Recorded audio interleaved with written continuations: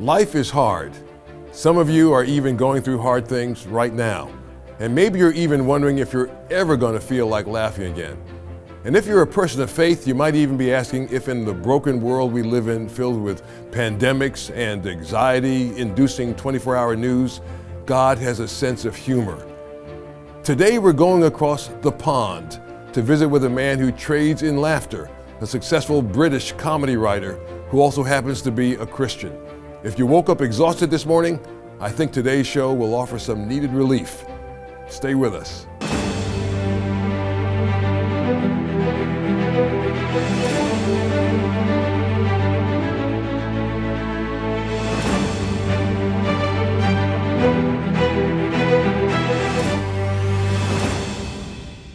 Of course, everyone is unique, but our next guest, James Cary, might be one of the most unusual people you'll ever encounter.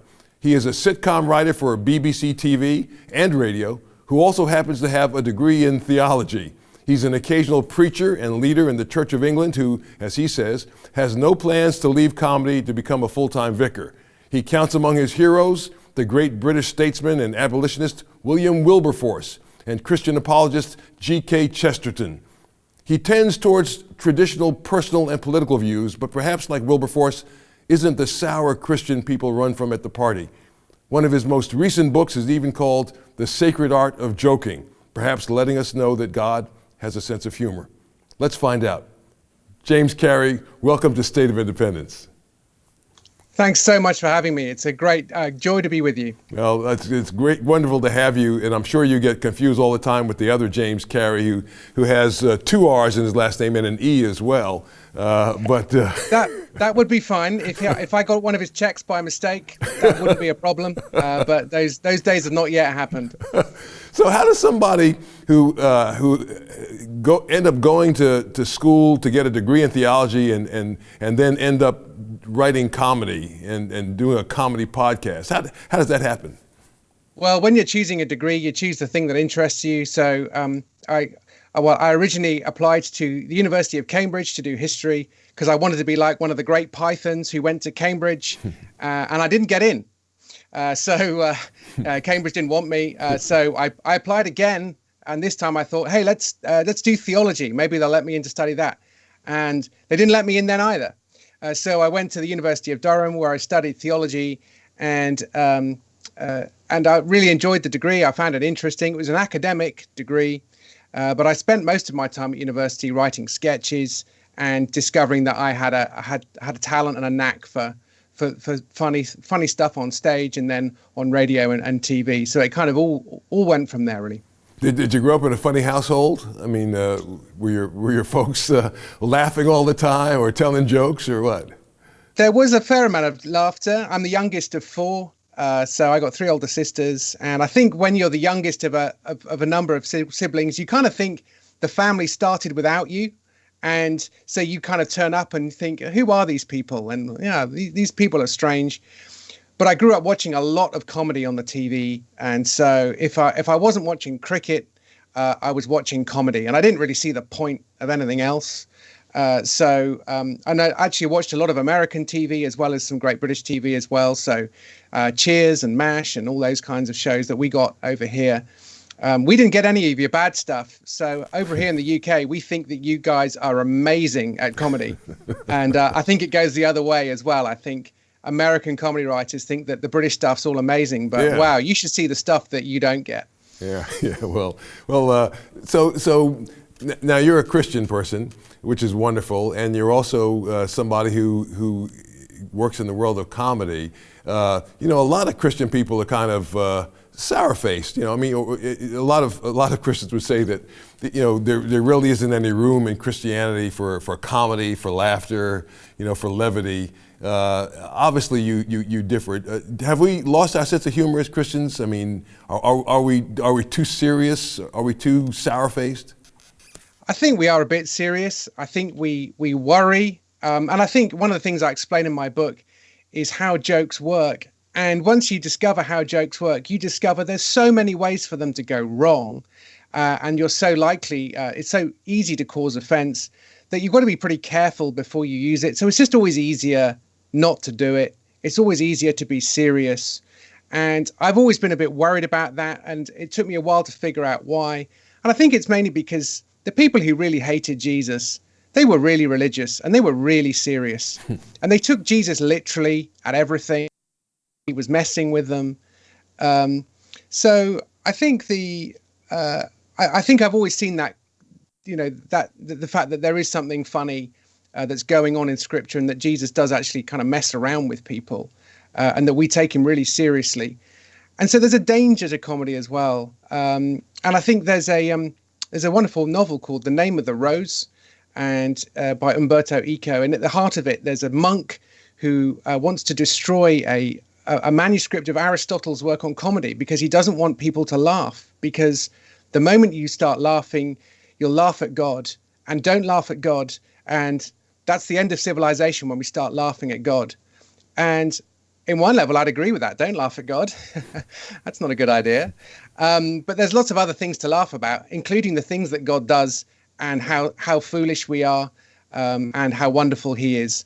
So I think once you're open to the idea that the Bible can be funny, you start to see that it's actually much more humorous than it first appears. Are there any funny verses? I mean, are there any instances in the New Testament, especially, where Jesus says something that's funny? I mean, it maybe got him in trouble, but does he say things that are kind of tongue in cheek?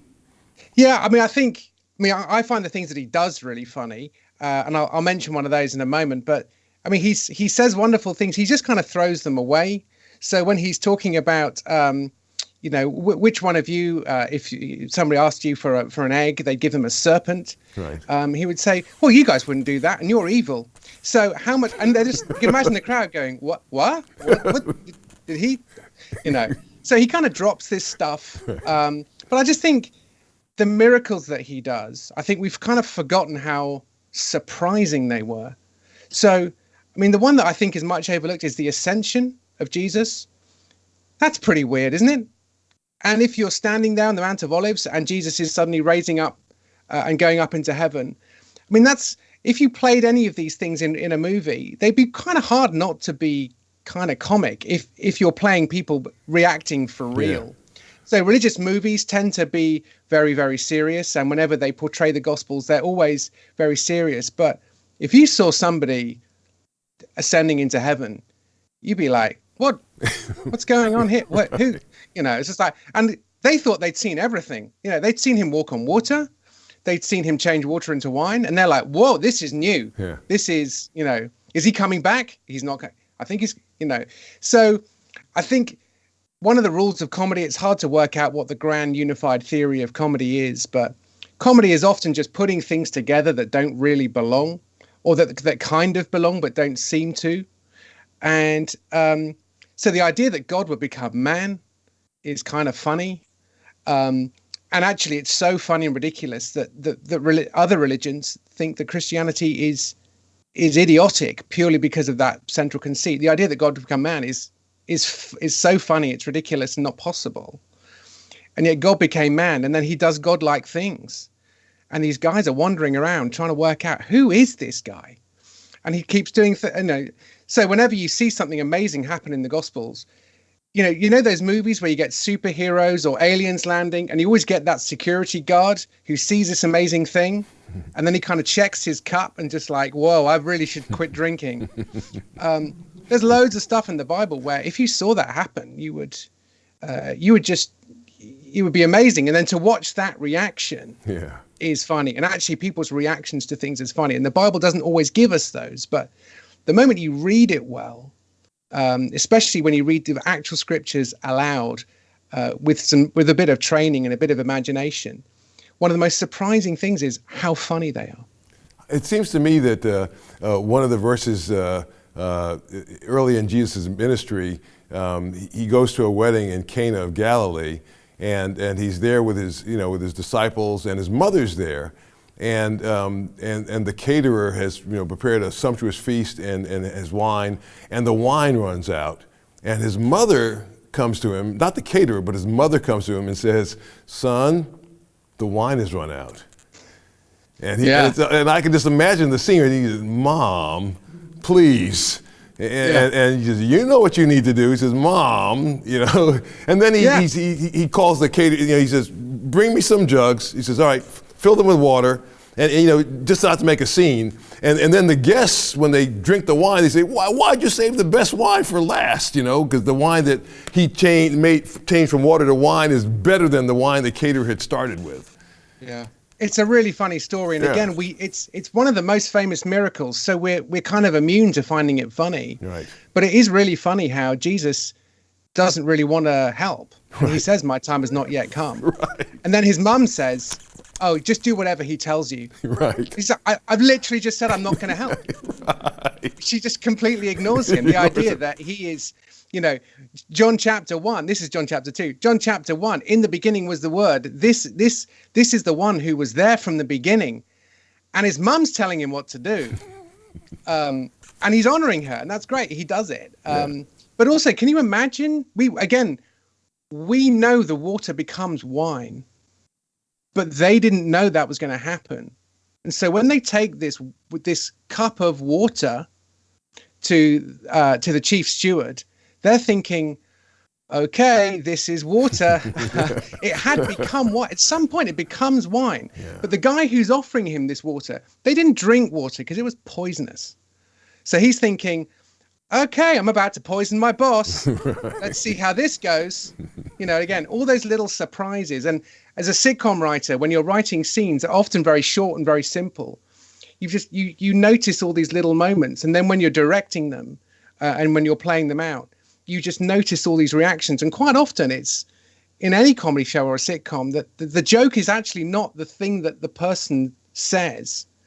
It's actually the person reacting to them. Yeah. And a good comedy director knows where to point the camera. You actually point the camera at the person who's reacting. Right. So if you just so therefore, that's why when I look at these Gospels, they're not all funny. And Jesus isn't a stand-up comedian. I'm not arguing that, but I'm just saying it's funny much more often than you might think. Yeah. How did you come to Christ?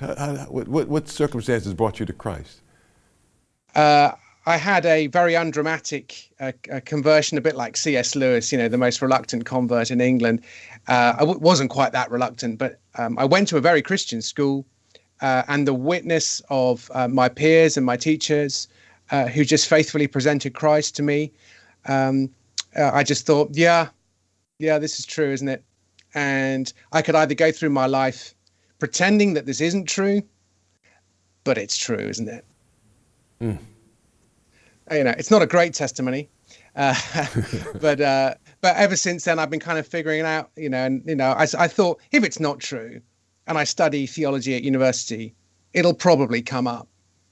It'll probably turn out. And all these conspiracy theories you hear. And I remember before going off to university, there was loads of stuff about the Dead Sea sect and the Dead Sea Scrolls, and the Vatican have hushed up this. The fact that Jesus wasn't God, and all these kind of Da Vinci Code type conspiracies were swirling around. I thought they'll come up if there's anything in them. And you know what? No, they didn't. So the more you read scripture, the more compelling it is. And I'm just, since lockdown, I've spent more time in the scriptures, and I've actually been copying it out by hand. I wrote out John's gospel by hand. I just copied it out, and I'm now on Genesis. It's when you really dig into the detail, you just find these wonderful moments there. Do you think Americans are funny? I mean, we were talking a little bit about American humor, and you were saying how people in the UK think that the Americans are so. But do you think American humor is pretty funny? And how does it differ from British humor? Yeah, I get asked this a few times, and I never quite know how to describe it, because the moment you think of it, I think a lot of people think that Americans don't have a strong sense of irony. And then you think, yeah, but the Simpsons is all irony. It's the greatest TV show of all time. It's incredibly popular. So, I mean, that just kind of doesn't work really. So the thing is, I've just kind of grown up hearing American sitcoms. And to me, I often say that American English is the natural language of sitcom. It's just kind of got a rhythm to it, I think, that I really like. Maybe it was just a lot of Hawkeye watching MASH, who kind of sounds like Groucho Marx, but there's always that rhythm. And I think, there are some who would say that there's something musical about comedy. There's a rhythm to it. And sometimes you do a thing, it's called there are various terms of it, like a joke-like substance, which is sometimes you have something that sounds like a joke, and then the audience laugh, and then the thing moves on. But actually, if you go back and you just go, that wasn't a joke. That would, that it just feels like it had all of the qualities of a joke and the rhythm of a joke, but actually nothing funny happened, and you kind of cheated that one. But I think the way Americans speak has a particular rhythm to it. And of course, there are lots of different accents within America. And in a sense, they're funny too. I also grew up watching Roseanne and The Cosby Show as well. So I kind of heard a range of accents. What about sarcasm? Can you be a Christian and also be sarcastic? And is there a line that you potentially cross? Because there's always that thin line between what's funny and what may be hurtful, I suppose. So how do you navigate that? Yeah, it's a good one, isn't it? I think one of the things I talk about in my book is I think sometimes people think if they were offended by something, the person who said it has automatically said something that's wrong, that they should apologize. That doesn't work because Jesus offended people. He not only he was intentional in everything that he did. He knew they would cause offense. He deliberately offends people who don't find anything funny. He calls them names. He calls them whitewashed tombs and broods of vipers. He knew how really offensive those words were. So he knew what he was doing. So there is a place for satire, for the mockery of those who abuse their power, for example. So I think that it's hard to do well, and sometimes you get it wrong. And at that point, you put up your hand and say sorry. But I think sometimes people assume you have to say sorry if you caused offense, and I think we get into real tangles there. So I think feeling offended doesn't necessarily mean the person should apologize. But Jesus also used sarcasm. I think that there are one or two moments where he says, oh, you have a fine way of setting aside the traditions, or, when he's talking about tithing of spices and that kind of thing. So Jesus uses all of these rhetorical devices, and we're not Jesus. We don't get to do all the stuff that he does, but we just need to be careful how we use these terms. I think the Apostle Paul uses sarcasm sometimes as well. So I think there's just a way of speaking kindly to people when it's appropriate. But even when there's a funny, I spoke to them the other day about how funny they find Jesus with the Samaritan woman at the well in John chapter 4. It's really interesting how Jesus ruins the mood. He has this really interesting conversation about living water. And then he says to her, hey, go and get your husband. Yeah, right. It's just like, wow, that's really killed the mood, hasn't it? It's like, and she says, I've had many husbands. Yeah, I know. Right. So why did you, what I mean? It's so he's not afraid of, he's not what Jordan Peterson would call, he's not an agreeable man. He's not agreeable. So Jesus is really happy just to kind of ruin the mood and challenge and push back. And sometimes it's funny. It's probably funny if you're watching it. It's not funny if you're receiving it. And the disciples come back with food and they make a real mess of it as well. It's kind of quite a funny comic exchange at that point. And there's a whole load of subtext about Jacob meeting his wife at the well as well. So anybody who at the time would have understood those connotations as well. So I just get really excited by this stuff, as you can probably tell. So. Yeah. Well, you're gifted, and you see this, of course, with the eye of somebody who is a comedy writer. So you're able to really extract a lot from it, and what you're sharing with us is wonderfully enriching and encouraging. When we come back, I want to ask James what he thinks is the funniest story in the Bible. Let's give him a few seconds to think about that. We'll be right back. Share what you've learned on today's program by first connecting with Joe directly on Facebook, Instagram, and Twitter. Get started at joewatkins.net. So James, I love what you're sharing with us, and it's amazing to see how Jesus used comedy and spoke to people in a way that was funny and at the same time piercing and helped bring them to life. So it's just wonderful. I know you've written a book called The Sacred Art of Joking. We're going to talk about that in a moment. But first, I did want to ask you, you shared with us one humorous story in the Bible, but I'd love to get your sense of what you think is the funniest story in the Bible. Old Testament, New Testament together, what's the funniest story to you?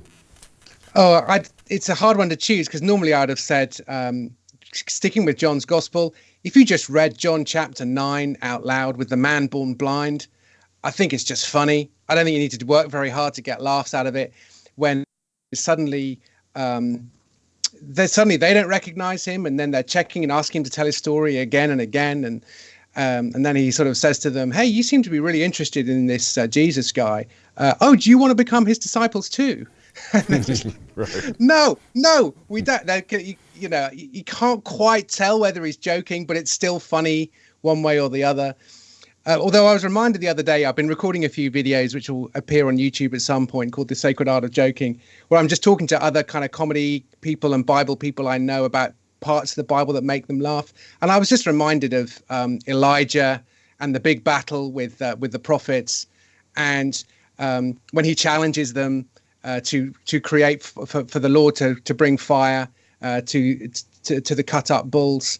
And there's this big showdown. And I just think the way in which he's pouring water over the altar and just doing it again and again. He's teasing them because they failed and said, "Oh, where's your God gone? Maybe he's gone to the bathroom. I don't know. You should probably find out what's going on there." And they start cutting themselves, and it's kind of a funny scene. It's pretty tragic. But then when God speaks and he brings fire, there's just so much fire that it's kind of funny. There's not a small flickering flame. The bulls, the cut up meat, the stones that they were put on, the fire, everything. There's just a smoking crater.